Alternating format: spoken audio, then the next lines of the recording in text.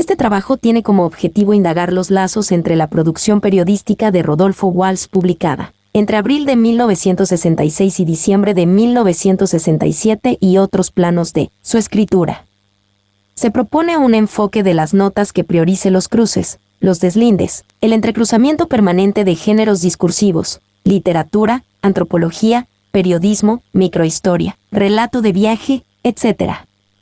Se analizará de qué manera estos textos delinean un doble movimiento. Por un lado, un desplazamiento de búsqueda y desborde, de pasaje hacia un plano periférico, poco explorado. Por otro, un movimiento que a partir del deslinde tiende lazos, une, construye una red de historias, lugares, sujetos.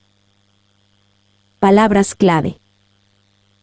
Periodismo, Rodolfo Walsh, literatura, antropología, microhistoria, relato de viaje, desplazamiento, experiencia, exploración, reescrituras, géneros, Horacio Quiroga, Esteban Echeverría, investigación, ficción, leyenda, denuncia, realidades periféricas, estrategias narrativas, tradición literaria, indagación histórica, voces, cruces genéricos, identidades, matadero. Mi intención consciente y deliberada fue trabajar esas notas con el mismo cuidado y la misma preocupación con que se podía trabajar un cuento o el capítulo de una novela, es decir, dedicarle a una sola nota el trabajo de un mes. Rodolfo Walsh, Escribir para Todos, entrevista, Alma Mater 114, 1970. No ha sido inadvertida la cercanía de las notas que Rodolfo Walsh publica en su mayoría en Panorama, entre abril de 1966 y diciembre de 1967, y los cuentos publicados por esos años. Los oficios terrestres es de 1965 y Un kilo de oro se publica 2 años después. 1. Incluso, se han mencionado, también, diversas características que comparten con sus textos de denuncia. Este trabajo tiene como uno de sus objetivos dar forma a un análisis que indague y exhiba, precisamente, los lazos entre la producción periodística de tal periodo y estos otros planos de su escritura. Es indispensable para la tarea propuesta que tal indagación se base, desde el inicio, en una postura que discuta con la configuración genérica entendida de un modo estático y concebida a priori, en la comprensión de las textualidades. Lo que se propone es, más bien, una atención puesta en los cruces, en los deslindes, en el entrecruzamiento permanente de géneros discursivos, literatura, antropología, periodismo, microhistoria, relato de viaje, etc. En este sentido, si bien es innegable que en los textos el conocimiento del referente y la experiencia vivida están puestos en un primer plano, no debe por eso dejar de señalarse, y es esta dirección la que pretende asumir el presente trabajo. Como rasgos constitutivos de estas notas su despliegue de recursos narrativos, las marcas literarias que los atraviesan de múltiples maneras. La interrelación o ida y vuelta entre experiencia y escritura sostiene la construcción de sentido de estas notas. En principio, hay un viaje y una exploración que dan lugar a la nota, pero el relato de ese traslado es además en sí mismo un desplazamiento. No solo un pasaje en el que se rescata lo olvidado o silenciado y se expone bajo una luz pública, sino, también, un movimiento en el que se establecen relaciones, redes de sentido, cruces de historias. Se trata de una doble exploración, la exploración del territorio, los modos de vida de los sujetos que lo habitan, y la exploración de la escritura, la entrada de una dimensión literaria en la apelación a diversas estrategias y recursos narrativos. Ambas formas de exploración son inescindibles a la hora de entender las notas periodísticas que publicó Walsh en este periodo.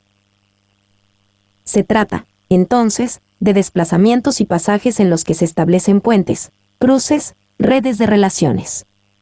Esta dinámica de pasaje y contacto se advierte en varios niveles. El genérico, en las relaciones entre sujeto y objeto, por ejemplo, la contaminación de la voz y la perspectiva del narrador con las voces y visiones de los otros, y en la base misma de la construcción de sentido de los textos, el entramado minucioso de una red de historias, identidades, memorias personales y colectivas. Encontramos menciones de este tipo en Roberto Ferro, 2010. Fusilados al amanecer. Rodolfo Walsh y el crimen de Suárez.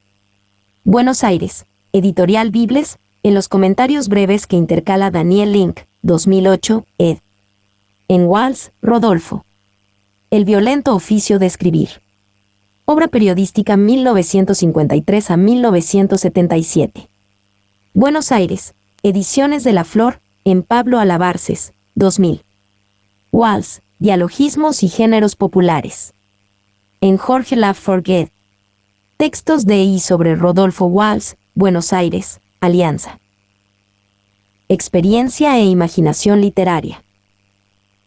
Carnaval KT, publicada en abril de 1966, aborda tanto los festejos y rivalidades entre las comparsas del carnaval correntino como la catástrofe que produjo, en el mismo momento en que tenía lugar la fiesta popular, la crecida del Paraná. La nota da cuenta de los acontecimientos a partir de dos líneas paralelas de desarrollo que desembocan en el apartado final. El texto presenta varias temporalidades, no es un mero registro de los acontecimientos de la actualidad. El relato pasa del carnaval presente a carnavales de años anteriores y, por momentos, retrocede aún más para narrar la historia de la formación de las comparsas. La nota no deja de explicitar los cortes que dan forma al montaje de los hechos. Hasta aquí la historia con su germen de revisionismo, Walsh, 2008, 158. Luego de perfilar las diferencias entre las comparsas, el artículo vuelve nuevamente a febrero del 1966 para contar cómo se desarrolla el carnaval y se reparten los premios. De este modo empieza la gran batalla, Walsh, 2008, 160.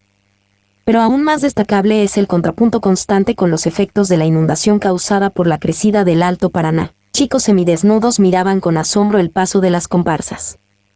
Eran los primeros evacuados de Puerto Vilelas y Puerto Bermejo, 162. Es posible leer en la articulación de las dos líneas de acontecimientos que plantea esta nota cierta similitud con lo que propone la teoría del cuento de Ricardo Piglia 2000, donde sostiene que todo relato cuenta dos historias, una profunda y otra superficial. La historia 1, el carnaval correntino, está narrada en primer plano, mientras que la historia 2, la inundación, aparece de forma intermitente hasta emerger completamente hacia el final. Si para Piglia en un cuento el efecto de sorpresa irrumpe cuando asoma en la superficie el final de la historia secreta, en el artículo de Walsh lo que se logra, finalmente, es una construcción de una particular versión de lo que sucede en Corrientes, que permite a los lectores ver las dos caras de una misma región.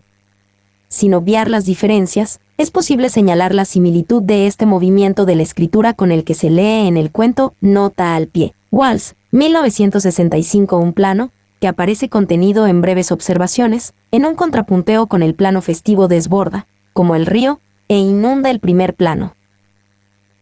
En esta nota, el recurso del contrapunto se resuelve en convergencia y cruce de los planos exhibidos también en el plano metafórico y en el uso de títulos que remiten a la serie literaria.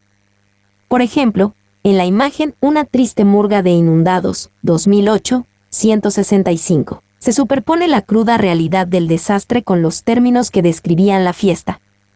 Otro ejemplo de este juego de condensación de significaciones de ambos planos retratados es el título final del juego, que Walsh elige para uno de los apartados de la nota.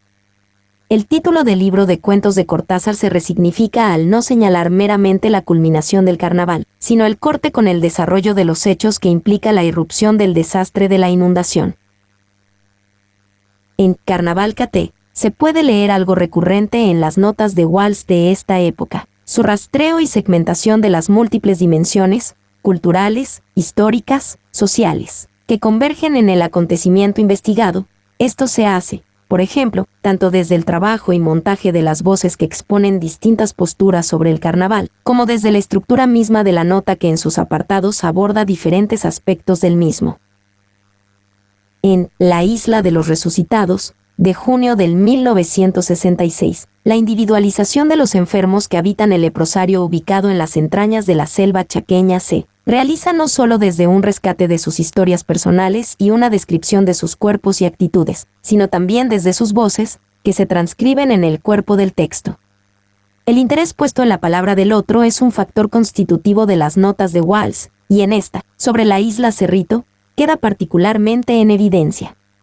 Algo similar ocurre en ¿Quién mató a Rosendo?, con los testimonios de obreros que aparecen inscritos en el texto, recogidos también por medio de un grabador que Walsh llevaba consigo.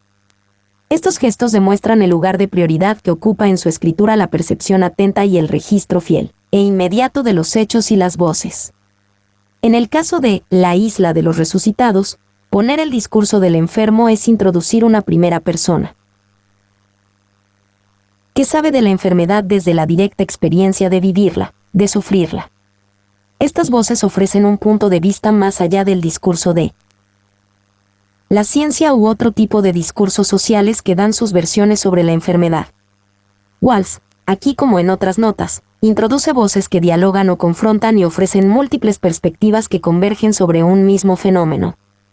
Si en Operación Masacre encontramos cuadros de costumbres, sectores del texto que reconstruyen las historias de vida que confluyen en el fusilamiento clandestino, en esta nota leemos un movimiento, en cierto modo, semejante. Distintas historias de vida convergen en la enfermedad y en las penurias que conlleva, pero también presentan diferentes modos de vivir ese mal. El discurso de los médicos aparece, también, incluido en la nota, integrando una tendencia a no simplemente informar sobre la enfermedad, sino más bien a desmitificar, derrumbar supersticiones, versiones infundadas. Resulta destacable la convivencia entre esta dimensión racionalizadora, cuya búsqueda es clarificar los puntos oscuros o las interpretaciones erradas del fenómeno, con un sustrato de la escritura que evoca ciertas leyendas, supersticiones o acontecimientos reticentes a explicaciones racionales. Si bien estas historias se introducen en el artículo engrosando el caudal de historias populares y anécdotas que se cuentan en el lugar, el modo en que se presentan en la escritura no es distanciado, sino que la narración asume plenamente un porte literario para dar cuenta de esta dimensión. Siempre hay un silencio en puerta y un lugar para los fantasmas, la sangre derramada, las cosas que no volverán a ocurrir. Walls, 2008, 177. Es posible observar, además, una marca retórica de lo espectral que comparte La isla de los resucitados. El subrayado es mío, con otra nota de noviembre de 1966. Viaje al fondo de los fantasmas. Enfusilados al amanecer. Rodolfo Walsh y el crimen de Suárez. Roberto Ferro advierte como Operación Masacre no solo desde la frase, un fusilado que vive, sino desde una intertextualidad shakespeariana, recurre a la espectralidad como forma de aludir a algo que no es ni una presencia ni una ausencia, sino un modo de persistencia irreductible frente a la cual se entabla un imperativo de reparación. La espectralidad remite a la pervivencia de una injusticia, un fantasma frente al cual se enfrentan víctimas y culpables. Ferro, 2010, 109. En las notas, los fantasmas o resucitados tienen que ver con aquellos que fueron silenciados y olvidados, depositarios de una verdad sepultada que la exploración y la posterior escritura walsiana viene a rescatar.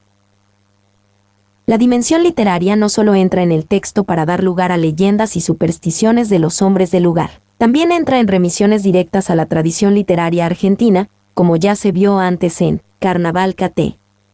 Que uno de los apartados de La isla de los resucitados tenga como título El milagro secreto, no implica una mera cita literaria y aislada del cuento borgiano, sino un marco de comprensión para los hechos.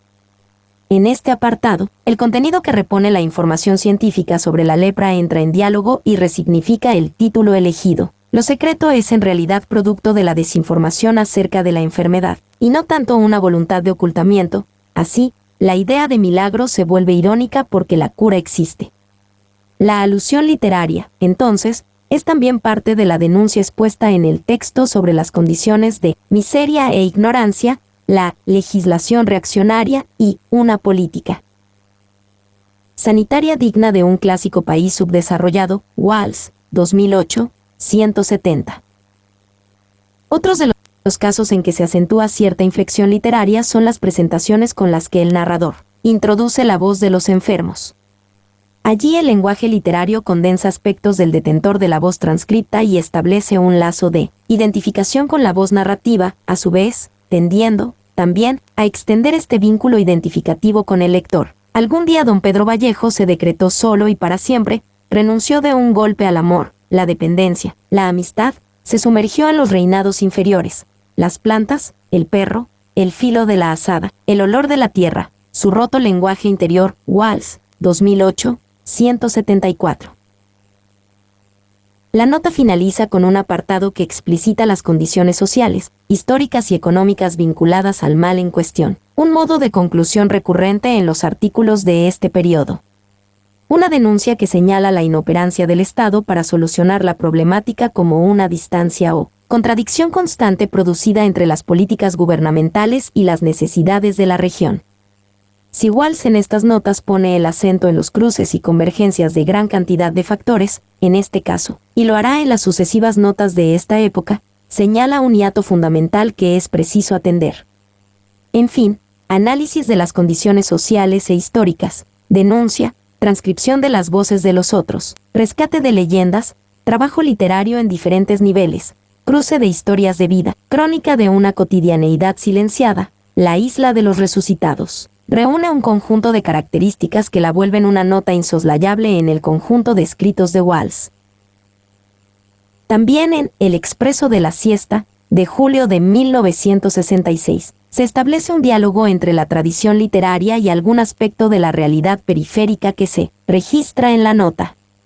Así como en La isla de los resucitados, Walls recurre al título del cuento de Borges. En este caso, el punto de comparación con una parte del recorrido del tren es un pasaje del libro Confesiones de un opiómano de Quincy. Describe de Quincy una calle londinense, tortuosa, estrecha y tan dotada de voluntad propia que finalmente pasa por la cocina de una casa particular. Algo parecido experimenté en El trencito, Walls, 2008, 178. Además de acentuar la dimensión de excepcionalidad del viaje en este particular tren, con la alusión al escritor inglés propone un modo de reconstrucción de la realidad regional a partir del diálogo entre la literatura universal y la experiencia. Otro aspecto a destacar de esta nota, en común con otras como Viaje al fondo de los fantasmas, es el hecho de que el texto se vuelva una narración de viaje, de desplazamiento. El viaje que se cuenta en la nota del trencito adquiere características de aventura en tanto se presenta como una experiencia que rompe con lo cotidiano, lo habitual, lo rutinario, constantemente. El texto acentúa el carácter excepcional que detenta el viaje en ese singular tren. Si esto es así, su descripción no va a cuadrar, entonces, con las que evocan en el ferrocarril una épica civilizatoria y lo colocan como el símbolo de la modernización. Los puntos de comparación están dados, más bien, por otros medios o modos de desplazarse, en ciertos momentos, con formas de viaje anteriores, con velocidad y ritmo de galope, Walls, 2008, 179. En otros, con modos totalmente inesperados. Empezamos a navegar, literalmente, Walls, 2008, 180.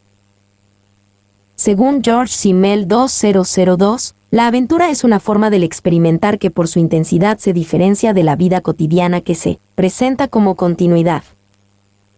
La excepcionalidad del desplazamiento en este tren implica no solo otro modo de experimentar la temporalidad, sino también otra manera de interpretar lo que uno puede encontrarse en el trayecto. Lo que serían obstáculos del camino o riesgos son en este caso motivos de diversión. A las 8:35 se cortó el tren, al zafarse un pasador, y hubo que retroceder en busca de los vagones perdidos. La peripecia es habitual, uno de los infinitos riesgos que acechan al trencito y que tanto divierten a los correntinos, Walls, 2008, 179. El valor de este viaje en tren no pasa por los parámetros habituales, la velocidad o la eficiencia, sino que radica en otro tipo de encantos que la nota se encarga de registrar. El gesto que atraviesa estas notas de Walls es el de la negativa a trasplantar parámetros forjados en otros lugares para juzgar a través de ellos los aspectos de las realidades periféricas exploradas. De lo que se trata, más bien, es de desentrañar la lógica y valoración cultural propia que tienen, sin hacer interferir en la comprensión. Valores ajenos. Es de destacar que mientras que el viaje en el tren da lugar a la nota, otro viaje que realizan Walls y Pablo Alonso, en ómnibus, no genera una narración, sino un mero registro. La nota va tejiendo diálogos dispersos, fragmentos de historia, impresiones en un movimiento que, como el del tren, entrelaza paisajes inesperados. Por ejemplo, por momentos la nota desemboca en cuestiones sociales como la migración interna. El trencito no lleva gente a estas etapas finales del campo. La saca, las sirvientitas que necesita la capital, los peones que reclaman las fábricas, los jinetes que requieren los escuadrones de seguridad para las represiones urbanas, Walls, 2008, 180. El Expreso de la Siesta, trama experiencia de viaje, investigación e indagación histórica sobre los orígenes del particular trencito. los avances en la construcción de vías, pero también las sucesivas quiebras de las empresas que encaraban el proyecto. En la nota convive la dimensión poética, que resalta cierto carácter mágico en torno al trencito, y el plano documental e histórico de las condiciones en que ese medio de transporte se instaló y continuaba funcionando. En el epígrafe de Viaje al fondo de los fantasmas, de noviembre de 1966, volvemos a encontrar el elemento literario como lente para enfocar un aspecto de la referencialidad. Era un antiguo poblador de esa región, un tipo experto, con una de esas caras sacadas de un cuento de Hemingway, Walls, 2008, 206. De la misma manera que ocurre, por ejemplo, en la escritura que hace Sarmiento de sus viajes, en la que un prisma de libros y lecturas filtra su mirada, Monteleón, 1998, 16. En estas notas de Walls las referencias a la literatura se entretejen con la experiencia constituyendo una herramienta para ilustrarla. Pero esta remisión a la literatura no implica el establecimiento de una distancia entre un narrador letrado y la realidad que contempla, ya que, recurrentemente, el enunciador de estas notas se involucra en lo que cuenta, pone el cuerpo y no esconde sus deseos de participar de situaciones que lo cautivan. Sé que tuvimos al mismo tiempo. La misma idea, robarles por un rato la canoa grande a los vaquianos y cazar nosotros el yacaré, Walls, 2008, 201. El narrador incluso es fascinado por el paisaje al punto de afectar sus sueños. Sé que soñé y que un nuevo paisaje, laberíntico, arrasador, angélico en la tersura de sus flores y el cristal de sus aguas, demoníaco en el irresistible crecimiento de raíces, hojas, espinas, púas, dientes, había entrado para siempre en la materia de mi sueño, Walls, 2008, 202. En esta nota, además de la inflexión aventurera que adquiere el viaje, como la observada en El expreso de la siesta, el movimiento exploratorio se vuelve también desciframiento de una incógnita, el enigma de Liberá. El recorrido del viaje emprendido por el autor al mismo tiempo se calca sobre un antecedente histórico de sucesivas expediciones, a Sara y de Orvinge, y el capitán Ward, que también se enfrentaron con este enigma. Walls señala que, a pesar de tales intentos de desentrañar el misterio, este ha logrado prevalecer. La leyenda volvió siempre a cerrarse, como la vegetación insobornable del estero, Walls, 2008, 203. Piglia señala que cuentos como fotos o nota al pie no son, desde el aspecto estructural, muy distintos a textos de investigación como Caso Satanovsky, en tanto ambas series tienen en común su yuxtaposición de datos. Rastros, versiones alrededor de un vacío, de algo enigmático que es preciso descifrar. Piglia, 2000. En este caso, la nota también presenta tal estructura en cuyo centro encontramos un enigma por resolver. La particularidad observable en este artículo de noviembre del 1966 es algo que ya se había mencionado respecto a la isla de los resucitados, la convivencia e imbricación de una orientación racionalizadora, apartados en los que desglosa factores sociales y económicos que constituyen los fenómenos abordados, pasajes de desmitificación de muchas supersticiones y malentendidos, y una reivindicación de la leyenda y lo mágico como modo de supervivencia de ciertas historias y modos de ver el mundo. En estos artículos de Walls la historia y la leyenda se enredan y hablan con distintas voces pero al unísono. La isla del disparo se llama así porque en un tiempo vivieron tigres, y después llegaron hombres, y en el encuentro alguien disparó. Unos dicen que los hombres, otros que los tigres, pero al final como siempre quedaron los hombres. Walls, 2008, 207. El rescate de la leyenda como otro modo de la historia, más emparentado a las formas de transmisión de las regiones que Walls visita, se agrega a la recuperación de otros saberes como el del vaquiano. La actitud de valoración de la experiencia, de los saberes prácticos y oficios, es un gesto que atraviesa los textos de Walls, incluso los textos de denuncia como Operación Masacre. Sumándose a ese archivo, donde se cuentan las descripciones que hace Sarmiento en Facundo, Walls se detiene en el saber no institucionalizado del singular vaquiano que habita el Iberá. En medio de esa vegetación torrencial e indiferenciada, cada mata, cada árbol distante tienen para él un significado preciso. Si se extravía, le basta observar un rato la marcha que describe la sombra de un palito. Walls, 2008, 205. Walls describe la particularidad de este hombre de Liberá sin forzarla a la imagen que la tradición literaria ha forjado de la figura del vaquiano. lo hace atendiendo a los modos singulares que tal figura adopta en esta región. Este movimiento de registro de aquello inacible a rígidos esquemas clasificatorios es uno de los rasgos fundamentales que se advierten en esta nota. No solo se trata de los desconocidos modos de percepción y conocimiento de un sujeto como el vaquiano, sino también de un paisaje imprevisible, móvil, que no se puede cartografiar o medir con la misma facilidad que otros lugares, islas flotantes que alimentan la pesadilla de los agrimensores. Walls, 2008, 205. Reescrituras. Hay dos notas del periodo estudiado que establecen un diálogo explícito con dos textos relevantes de la tradición literaria: El Matadero, de Esteban Echeverría, y Los Mensú, de Horacio Quiroga. Tres tales artículos complementan su referencialidad periodística de acontecimientos sobre los que se informa, con lo que se puede entender como cierta reescritura de los textos mencionados. A diferencia de las notas analizadas anteriormente, que en su mayoría remiten al mundo rural o selvático del noreste argentino, en El Matadero, publicado en Panorama en diciembre de 1967, el foco pasa a ubicarse en la ciudad. 4. La relación evidente con el texto de Echeverría desde el título se hace explícita en el comentario final de la nota. Allí se refiere la incapacidad de entender de El hombre del centro que, desde Echeverría para acá, proyectó en El hombre de Cuchilló del suburbio prevenciones de violencia y de sangre que se disuelven apenas uno se para a conversar con él. Walls, 2008, 259. No se trata simplemente de corregir la atribución de barbarie que efectuaron aquellos que desconocían la realidad de estos hombres, sino, fundamentalmente, de elaborar una versión diferente sobre los trabajadores y sus características. Hay una nota más, El País de Quiroga, que remite al autor uruguayo y hace una breve alusión a algunos de sus cuentos, pero no la abordaremos en este trabajo.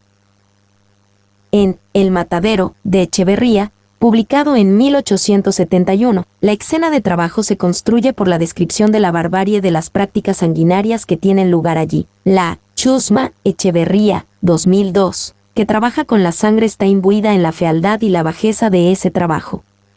Para el narrador unitario, lo desagradable, lo repulsivo, lo horrible de las prácticas bestiales que rigen el mundo del matadero es el simulacro en pequeño, Echeverría, 2043, del funcionamiento de la política en el país. La propuesta de El Matadero, la de la perspectiva liberal de la historia, consiste en la asociación del tipo de estructura económica de un país agrícola-ganadero como Argentina con el sistema político que se implementa.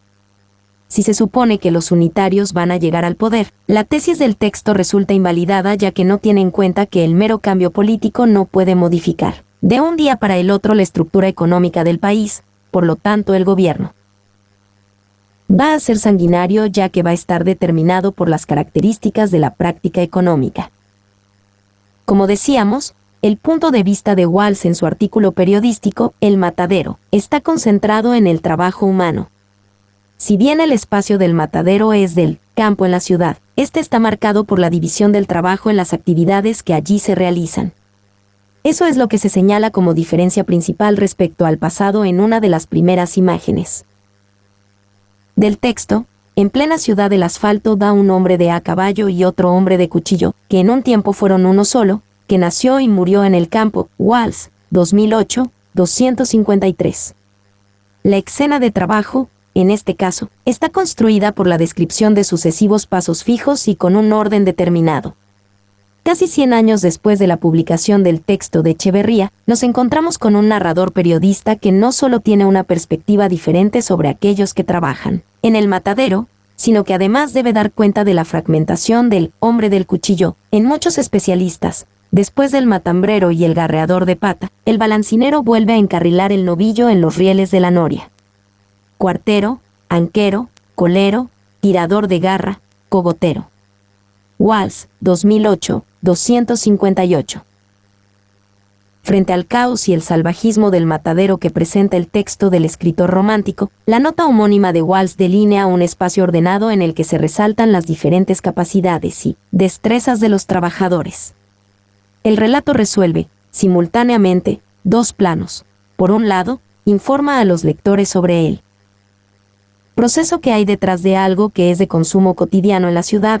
por el otro, reescribe y desvía los modos de referir un lugar y un tópico cuya tradición se remonta a los escritos de viajeros ingleses. Prieto, 2003. En la nota, la Argentina ya no toma mate, de diciembre de 1966. Es explícito el diálogo con Los Mensú, relato publicado por vez primera en 1914, en Fray Mocho, La Forgue e Iglesia, 1979. 20, donde Quiroga narra las circunstancias en que los peones son reclutados para trabajar en misiones. Un instante después estaban borrachos y con una nueva contrata firmada. ¿En qué trabajo? ¿En dónde? ¿No lo sabían? Quiroga, 1999, 84. Al ser incitados a derrochar a cuenta, los Mensú del cuento, Cayetano Maidana y Esteban Podeley, para compensar sus gastos se ven atrapados en un trabajo que no eligieron. Esta situación que viven los Mensú es referida mediante una construcción oximorónica. Lo único que el Mensú realmente posee es un desprendimiento brutal de su dinero. Quiroga, 1999, 85. El cuento construye un ámbito en el que la imposibilidad de enfermarse para no perder el trabajo y morirse de hambre, o aún la imposibilidad de poder abandonar el ambiente. Para curarse, se suma a la circularidad del destino de los trabajadores. Los peones, aunque intenten escapar, terminan retornando de la misma manera que habían sido engañados la primera vez, borracho con nueva contrata.